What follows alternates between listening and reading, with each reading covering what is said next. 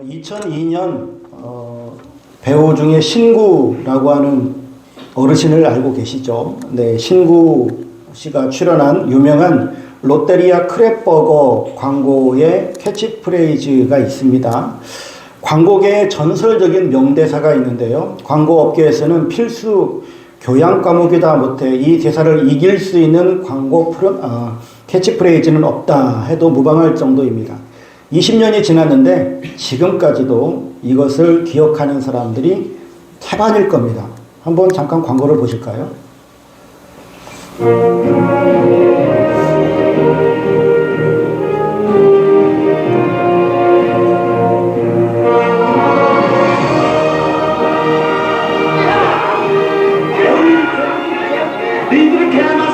그 속살로 만든 크랩버거 롯데리아.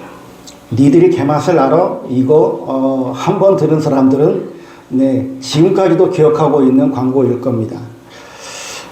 지난 3일 아주 사적인 동남아라고 하는 프로그램이 있었는데 이선균, 장항준, 김도현, 김남희 씨가 캄보디아 여행기를 그렸어요. 근데 그들이 첫째 날 숙소에 들어갔을 때 거기서 웰컴 요리라고 하면서 준 요리를 그들이 먹는 장면이 있거든요. 이것도 동영상이 있는데 한번 잠깐 보겠습니다. Hello. This is my food. Oh, this is my food. Yeah. 이거 조리야? Yeah. Thank you. Please enjoy. 아, 오케이.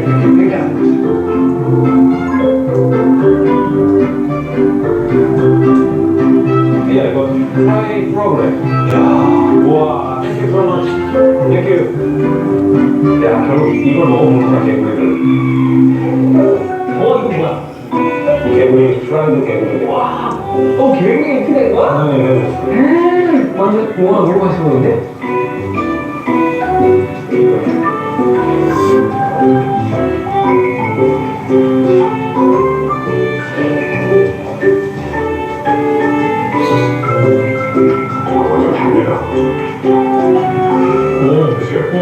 개구리 같이 느껴지지가 않아. 약간 무슨 홍합 먹는 느낌도 너무 나는데 당면 내놓고 딱 그거야. 일단 개구리 좋아. 좋네. 네, 여기까지인데요. 여러분들 혹시 개구리 요리 드셔보신 분 계십니까? 일부 예배 때 물어보니까 드셔보셨던데 드셔보신 분 없으세요? 저도 어렸을 때 먹어봤거든요. 많이 먹었습니다. 근데 여기서 이성균 씨가 말하는 그 닭이다 라고 하는 말이 똑같아요. 정말 쫄깃쫄깃한 닭고기 맛이 나거든요. 정말 맛있습니다. 먹어봐야 맛을 알죠. 혹시 전갈 드셔보신 분 계십니까? 네, 제 딸아이가 중국에 갔을 때 전갈을 먹었더라고요. 그것을 사진으로 남겨왔는데 무슨 맛일까? 먹어봤어야 알죠. 먹어보고 싶기는 합니다. 먹어봐야 무슨 맛인지를 알잖아요. 그것을 경험해봐야 무슨 맛인지 아는 것들이 있거든요. 오늘 부활주일입니다. 부활주일은 예수님께서 십자가에 매달려 사망하신 지 3일 만에 부활하셨음을 기념하는 날입니다. 이 부활이라고 하는 것, 기독교에만 부활주일이 있죠. 인류 역사상 가장 큰 사건이고 다른 종교에는 없습니다. 예수님께서 요한복음 11장 25절 26절에도 나는 부활이요 생명이다 라고 말씀하시고 요한복음 6장 39절에서 40절에도 보면 마지막 날에 다시 살리는 이것이니라 마지막 날에 내가 이를 다시 살리리라 하시면서 성도들도 하나님 주님께서 살리실 것을 말씀하십니다. 우리가 부활주의를 지키는 의미 세 가지가 있다라고 생각이 되어지는데요. 첫 번째는 2000년 전에 예수님께서 우리를 위해서 죽으셨다가 다시 사신 날을 기념하는 것이고, 두 번째는 마지막 날에 우리가 예수님처럼 부활할 것을 믿는 신앙이고, 또한 세상에 부활이 있다라고 하는 것을 증거하는 이러한 삶을 우리는 살아야 하겠습니다. 오늘 본문은 지상 최대의 사건인 부활을 소개하고 있습니다. 안식일 그 이튿날, 그러니까 주일이죠. 주님의 무덤을 찾아온 두 여인들에게 천사가 나타나서 예수님께서 부활하셨음을 알려주시고 그리고 주님께서도 그 여인들을 만나신 사건입니다. 그런데 이 부활 사건, 주님의 부활이 나의 신앙이고 또한 나의 부활이 되고 있는가라고 하는 것이 우리가 지금 이 부활주의를 지키는 데 있어서 더 중요하겠죠. 그래서 오늘은 이 본문 말씀을 통해서 부활하신 주님께서 여인들을 만나고 또한 제자들을 만났던 것처럼 오늘 우리도 주님을 만나기를 간절히 소망합니다. 제목이 예수께서 그들을 만나이잖아요. 예수께서 나를 만나로 우리가 이 말씀을 상고해 보고자 하는데 예수님의 부활은 항상 현재형이어야 한다라고 하는 것입니다. 우리는 지난주 종려주일을 그리고 고난주간을 보냈습니다. 예수님의 순환과 고난을 애도하고 추모하면서 보냈죠. 많은 교회에서 오늘 부활주일을 맞아서 삶은 계란을 나누고 부활주일을 보내게 될 겁니다. 조금 과거로 시간을 좀 돌려보면 작년 12월 25일 날 성탄절 때 성탄을 맞아 감사하고 즐거운 시간들을 아마 보내셨을 거예요. 그런데 어떻습니까? 성탄의 그 기쁨과 감사와 감격이 지금도 이어지고 계신가요? 고난주간의 슬픔과 애도 추모의 마음이 지금도 주님께서 나를 위해 죽으셨다라고 하는 그 가슴 아픔이 있으신가요? 부활주일의 기쁨과 감사가 내일도 이어지리라 생각하십니까? 우리는 대부분 오늘 하루로 끝납니다. 그날 하루로 끝나요. 그날 하루 그냥 절기의식으로 끝나고 행사로 끝나는 경우가 태반이라고 하는 겁니다. 성탄절 다음 날 예수님의 탄생으로 우리의 죄 때문에 이 세상에 오신 예수님께 감사하는 사람도 없고 그것을 찬양하는 사람도 없습니다. 부활주일 오늘 보내고 내일 부활의 생명으로 정말로 약동하는 이러한 신앙생활 하는 사람들도 찾아보기 어려울 겁니다. 사랑하는 성도 여러분, 예수님의 부활은 단순히 이 부활주의를 지키는 것만으로 끝나는 것이 아니라 우리에게 늘 현재형으로 다가와야 될 줄로 믿습니다. 오늘 부활주의를 맞이하지만 예수님의 부활은 내일도 다음 주에도 끊임없이 우리들에게 부활의 생명으로 부활의 능력으로 우리들에게 역사하시는 줄로 믿으시기를 바랍니다. 예수님께서 사망 권세를 깨뜨리시고 부활하셔서 지금도 여전히 우리들에게 부활의 능력으로 역사하신다라고 하는 겁니다. 그로 말미암아서 우리는 그 주님과 동행함으로 말미암아 죄를 이기고 세상을 이기고 살아갈 수 있는 믿음의 담력을 얻게 되어지고 믿음의 능력을 얻게 되어진다라고 하는 것이죠. 그로 말미암아 우리는 또한 주님께서 우리들에게 주신 사명도 기쁨으로 감사함으로 그 일들을 감당할 수 있다라고 하는 것이죠. 이렇게 부활의 능력, 부활의 생명이 우리에게 현재형으로 다가올 때에 그럴 때 우리는 정말 감사하는 삶을 살게 되어지는 것입니다. 우리는 예수 믿기 전에 죄와 허물로 죽었던 사람들이고 그래서 지옥에 갈 수밖에 없었던 그런 존재였습니다. 그런데 하나님의 은혜로 예수님께서 우리를 대신해서 십자가에 지심으로 말미암아 우리가 구원받은 하나님의 자녀가 되어졌고 천국을 유업으로 받고 그리고 천국의 즉 하나님 나라의 상속자가 되어집니다. 그리고 또한 하나님의 대행자로서 하나님의 동역자로서 이 세상을 살아갈 수 있게 되어진 것입니다. 이것이 얼마나 크고 놀라우신 은혜와 사랑이고 감사가 넘치는 일입니까? 또한 하나님께서는 우리에게 이 피조물인 우리들에게 하나님의 이 구속사 하나님의 구원 경륜을 우리들에게 알려주시고 설명해 주시고 이것을 믿게 하시고 그리고 하나님의 이 구속사 속에 우리를 참여시키셔서 그 하나님의 일에 우리를 동참시켜 주시는 이 일 동안 얼마나 기쁘고 감사한 일이 되었냐라고 하는 거예요. 그런데 우리는 그 놀라우신 그 전지전능하신 하나님 만왕의 왕이신 그 하나님께서 우리를 그 일에 동역자로 세워주시고 대행자로 세워주시는 이러한 놀라운 축복을 받았음에도 불구하고 우리는 이 세상 살아가면서 내 일이 조금 삐뚤어졌다고 그래서 어긋났다고 그래서 내 뜻대로 잘 안 된다고 그래서 우리는 얼마나 울퉁불퉁하면서 이러고 살고 있느냐라고 하는 거예요. 사실 우리가 하나님께 원망할 일이 뭐가 있습니까? 우리를 구원하시고 우리를 살려주시고 또한 우리 가운데 이 하나님의 구속사를 써갈 수 있도록 은혜를 베푸신 그 하나님께 감사할 일밖에 없는 것 아니겠습니까? 우리가 늘 하나님 앞에 감사하는 이런 믿음의 삶을 살아가야 될 줄로 믿습니다. 이러한 주님의 부활이 나의 삶에 늘 현재형이 되어지고 그로 말미암아 우리가 늘 감사하는 삶을 살아가는 이러한 삶을 살아가기 위해서 우리가 늘 그래서 하나님 앞에 기도해야 될 것이 바로 우리의 믿음입니다. 부활의 주님을 만나고 부활의 능력과 생명 가운데에 늘 감사하며 사명을 잘 감당하기 위해서는 우리에게 살아있는 믿음, 신령한 믿음이 있어야 할 것입니다. 근데 왜 대부분의 사람들이 하나님, 또 뭐 부활, 천국과 지옥 이런 이야기들 하면 콧방귀도 끼지 않고 조롱하며 믿지 않을까요? 심지어 믿는 사람들조차도 예수 그리스도를 믿는다라고 하는 사람들조차도 부활의 능력과 은혜 또한 기쁨과 감격을 누리지 못하고 매일 일상생활 가운데서 매일 우울하고 침울하고 이렇게 힘없는 삶을 살아가고 있느냐라고 하는 겁니다. 부활의 주님, 부활의 능력, 믿음으로 살지 아니하고 내 힘으로 살고 있는 이것 때문에 그래요.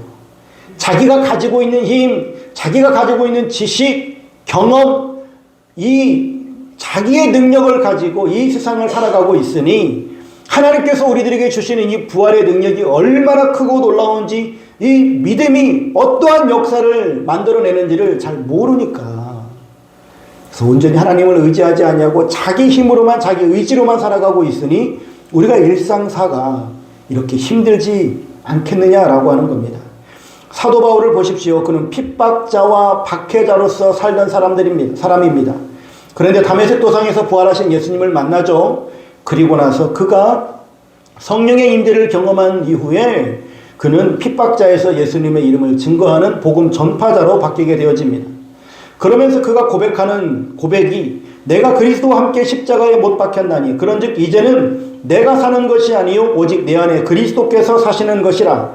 이제 내가 육체 가운데 사는 것은 나를 사랑하사 나를 위하여 자기 자신을 버리신 하나님의 아들을 믿는 믿음 안에서 사는 것이라 라고 고백합니다.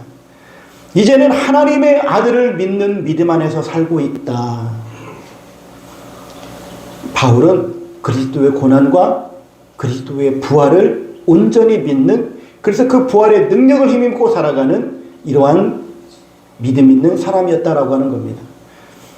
즉 우리는 바울의 이러한 믿음을 가졌던 것처럼 우리에게도 이러한 믿음이 있어야 될 터인데 이렇게 바울이 가졌던 이 믿음을 우리는 어떤 믿음이다라고 쉽게 설명하기는 어렵지만 즉 예수님의 순환과 부활과 그리고 승천과 그리고 성령님을 보내주시는 이런 모든 믿음들을 다 관통하는 그냥 지식에서만 머물러 있는 믿음이 아닌 살아있는 믿음으로 그리고 내가 배워서 얻은 그런 믿음이 아닌 주님과 날마다 만남을 통해서 경험하는 이러한 믿음을 소유하는 통전적인 믿음을 갖는 우리가 되어야 되겠다라고 하는 겁니다. 통전적이다라고 하는 것은 통합한다라고 하는 그런 의미일 수 있는데 사실 이 통합한다라고 하는 것이 혼합주의와도 이게 헷갈릴 수 있는 부분이 있어서 사실은 이 통전적이다라고 하는 것이 더 구체적으로는 온전하게 하는 믿음이라고 할 수 있을 것입니다. 그래서 우리는 예수님께서 이 땅에 오셔서 왜 우리를 위해서 죽으셔야만 했는지 또 예수님께서 왜 부활하셔야만 했는지 예수님께서 승천하시고 어떻게 되셨는지 또한 주님께서 우리와 동행하시기 위해서 성령님을 보내주시는 이 모든 예수님의 이 네 가지 사역들을 우리가 다 통전적으로 꿰고 그리고 그 주님과 늘 만남이 있는 이런 믿음 가운데 살아가야 되겠다라고 하는 겁니다. 중요한 게 뭐냐면 그러기 위해서 우리가 예수님을 만나야 된다라고 하는 거예요. 여러분 예수님이 하셨던 일들을 우리가 아는 것, 예수님이 하셨던 일들을 우리가 배우는 것 이것도 물론 중요할 수 있으나 이것보다 더 중요한 것은 무엇이냐면 예수님을 만나서 예수님을 경험하는 거예요. 예수님이 하는 것을 하는 일을 아는 것하고 예수님을 만나서 알아가는 거하고 차원이 같겠습니까? 차원이 같을 수가 없어요. 예수님이 하셨던 일을 아는 것은 책으로도 되고 그리고 뭐 성경으로도 되고 다 돼요. 그런데 그것이 믿음일 수는 없어요. 지식까지는 가겠죠. 그런데 예수님을 직접 경험하면서 알아가는 것, 이것이 진정한 믿음으로 우리의 삶을 이끌어가게 되어질 것입니다. 요즘 신앙생활 하시는 분들 가운데 보면 맹신하시는 분들도 있거든요. 예수님을 경험하고 만나서 알아가는 것이 아니라 신앙생활을 오래 하다 보니까 세뇌를 당하고, 신앙생활을 오래 하다 보니까 많은 지식을 갖고 있고, 그리고 그냥 덮어놓고 그냥 무조건 아멘 아멘 하는 이런 신앙생활도 얼마든지 가능할 수 있어요. 이러한 모습들이 현재 정치권에도 보면은 여당이 야당을 항상 탓할 때 했던 그런 말들 가운데 개혁의 딸들이라고 하면서 개딸 이런 말도 표현 씁니다. 또 우리가 사회 속에서 확증 편향 이런 말도 씁니다. 그러니까 자기가 알고 있는 것, 또 자기가 보고 싶은 것만 보는 거예요. 소위 기능적 문명에 빠져 있는 삶인데, 이러한 삶, 이 확증 편향이라고 하는 것은 자신의 가치관, 신념, 판단 따위와 부합하는 정보에만 주목하고 그 외의 정보는 무시하는 사고방식이에요. 소위 말해서 아주 극보수이면 그것만 아주 그냥 주구장창 믿고 다른 것들은 아예 듣지도 않고, 아주 그냥 극진보이면 그냥 거기에 것만 다 듣고 다른 건 아예 들으려고 하지도 않고 하는 이런 성향들인 거예요. 그런데 기독교인들이 의외로 이런 분들이 많아요. 그냥 맹신하는 이런 경우들이 많아요. 그것만큼 어려운 게 없습니다. 여러분, 책 중에 더 있다라고 하는 책이 있습니다. 2012년도에 규장해서 낸 책인데 저 뒤에 보면 꽂혀 있어요. 저 뒤에 있으니까 필요하신 분들은 읽어보시면 되는데, 거기 보면은 10명의 사람들이 하나님을 만났고 하나님을 경험했었던 내용들을 씁니다. 여러분, 하나님은 내가 만난 그 하나님만이 유일한 하나님이 아니에요. 어떤 사람은 A로 하나님을 만나고 어떤 사람은 B로 하나님을 만나요. 어떤 사람은 주일날 빠져도 아무 이상이 없는 사람이 있는가 하면 어떤 사람은 주일날 교회 빠지면 꼭 뭔 일 생기는 사람들이 있대요. 그러면서 자기는 주일날만 빠지면 막 꼭 뭔 일이 생기고 집안에 무슨 일이 생겨서 난 절대 주일날 못 빠져 막 이렇게 얘기를 하는데, 주일날 빠지는 사람들이 뭔 아무 일도 생기지 않으면 하나님이 널 버렸으니까 그러지 라고 이렇게 이야기를 해버립니다. 여러분, 누차 설명했지만 다윗이 만난 하나님과 솔로몬이 만난 하나님은 너무나 다른 하나님이에요. 우리는 하나님에 대해서 다 압니까? 하나님에 대해서 억만분의 1도 몰라요. 제가 만난 하나님, 저도 어마어마한 하나님을 만나고 신앙생활 해놓으면서 경험하지만, 그러나 제가 아는 하나님은요, 세 발의 피예요. 정말 조금밖에 몰라요. 그런데 정말로 하나님께서 역사하시는 방법은 무궁무진하고 여러 방법으로 우리 가운데 역사하시는데, 우리가 그 하나님을 우리는 만나고 경험하면서 차츰차츰 더 많은, 또 깊이 있게 알아가야 된다라고 하는 사실이에요. 그러지 않으면 우리가 어떤 일들이 빠질 수 있느냐? 나의 의인은 믿음으로 말미암아 살리라. 또한 뒤로 물러가면 내 마음이 그를 기뻐하지 아니하리라 라고 말씀합니다. 뒤로 물러가는 일들이 생겨요. 왜요? 시험에 드니까. 성도들이 왜 시험에 듭니까? 성도들이요, 교회에 와서 상처받았다고 그러고, 목사님께 상처받았다고 그러고, 성도들에게 상처받았다고 그래요. 아무리 충성하고 헌신하고 봉사해도 누가 칭찬해주는 사람도 없고 알아주지도 않는다고 그래요. 그래서 나 그만하려고 그래요. 열심히 기도하지만 하나님 앞에 응답이 없다라고 하면서 이제 기도도 그만하겠다라고 합니다. 정말로 살려고 발버둥 치면서 열심히 노력하는데 물질 때문에 힘들고, 또한 모든 것들이 막 힘들다고, 하나님이 나를 사랑하지 않는 것 같다라고 하면서 막 시험에 들어가는 사람들도 있어요. 이 사람들이 도대체 왜 이렇게 힘들어하면서 신앙생활이 자꾸 식어갈까요? 뒤로 물러갈까요? 결국은 살아있는 믿음, 신령한 믿음, 통전적 믿음이 없기 때문이에요. 정말 하나님을 신앙하는 게 아니라 나를 도우셔서 나를 잘되게 하는 신을 찾고 있는 거예요. 부활의 주님을 우리가 만나고 부활의 생명과 부활의 능력이 우리들에게 오므로 말미암아서, 야, 이제 하나님께서 나와 함께 하시니 내가 뭐든지 하면 다 잘 되겠구나 라고 하면서 다 잘 되겠습니까? 우리에게 때로는 고난도 오고 시험도 오고 연단도 오는 것이 하나님께서 우리를 훈련하고 또한 성장시키는 과정일 터인데 우리는 그런 거 다 필요 없고 하나님 나에게 잘만 되게 해주세요. 내 통장에 올해 1,000만 원 있었으니까 내년에는 5,000만 원 되게 해주시고 10년 후에는 10억이 되게 해주시옵소서. 그렇지 않으면 하나님은 안 믿을랍니다. 이런 믿음을 가지고 살아간다면 그게 어떻게 하나님을 믿는 믿음이겠냐고요.